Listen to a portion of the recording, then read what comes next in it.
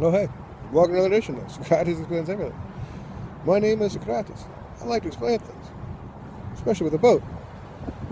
So, if you've heard or not, what's going on with Twitter? Elon Musk, relatively smart engineer, good with rockets and cars, decided to jump into social media by blowing $44 billion by Twitter.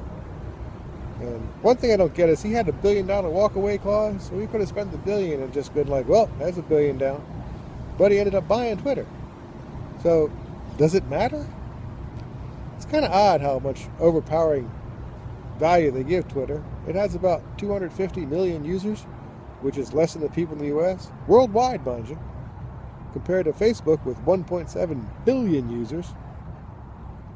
And the thing with Twitter is 90% of the traffic, in other words, almost all the traffic, 9 out of 10 tweets, come from 10% of the users. 1 out of 10. So it's mostly a platform where a few people say a lot of things and everybody else listens to them, which is not necessarily a bad thing.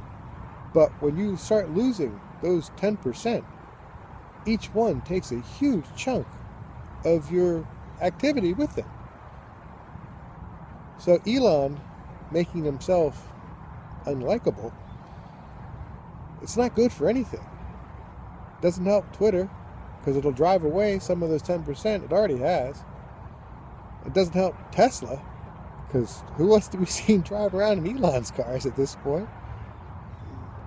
It doesn't help Elon, because, the world's opinion of him has gone a bit down. And as a side note, as a stand-up comedian, when I see people like Elon Musk, Tim Cook, Tim Apple, when I see these guys on stage, they're so bad at it. Elon, you've got literally hundreds of billions of dollars.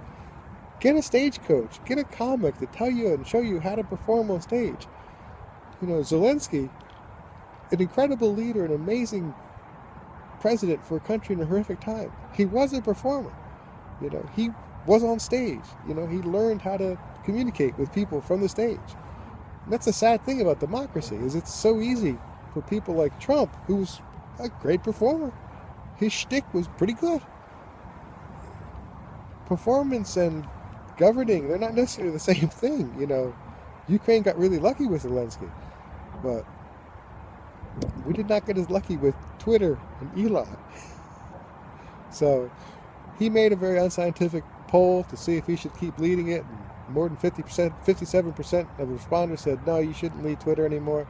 So hopefully he'll step down as the CEO like he said he would and go back to trying to make starships and Teslas. And that'll be better for everybody. But Twitter has an outsized influence. And the few people that are actually tweeting on Twitter have a super outsized influence. So you should never listen to a minority of the minority. They're never really speaking for the majority because they can't. Anyway, we got back outside. So that's a tweet right there. Merry Christmas, Happy New Year, 2023.